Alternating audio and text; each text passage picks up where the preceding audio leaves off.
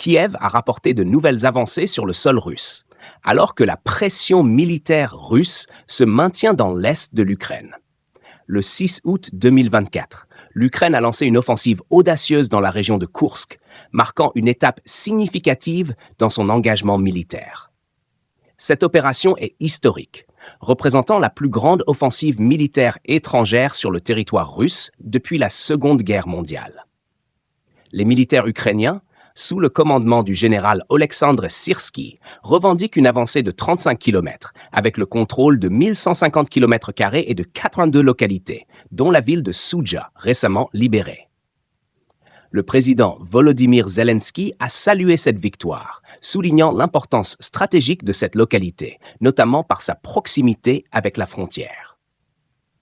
La création d'une administration militaire dans la région de Koursk illustre la volonté des forces ukrainiennes de s'ancrer durablement dans les territoires récemment conquis.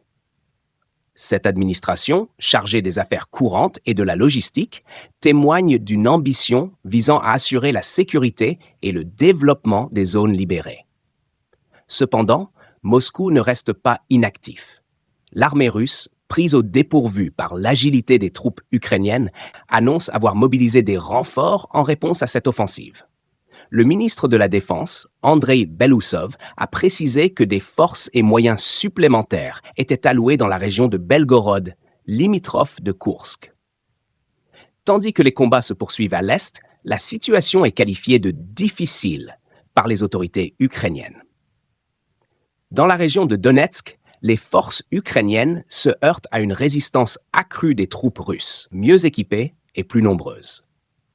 L'attaque en cours semble viser deux objectifs fondamentaux: forcer Moscou à reconsidérer ses déploiements militaires et éventuellement créer une zone tampon pour protéger les populations ukrainiennes des bombardements.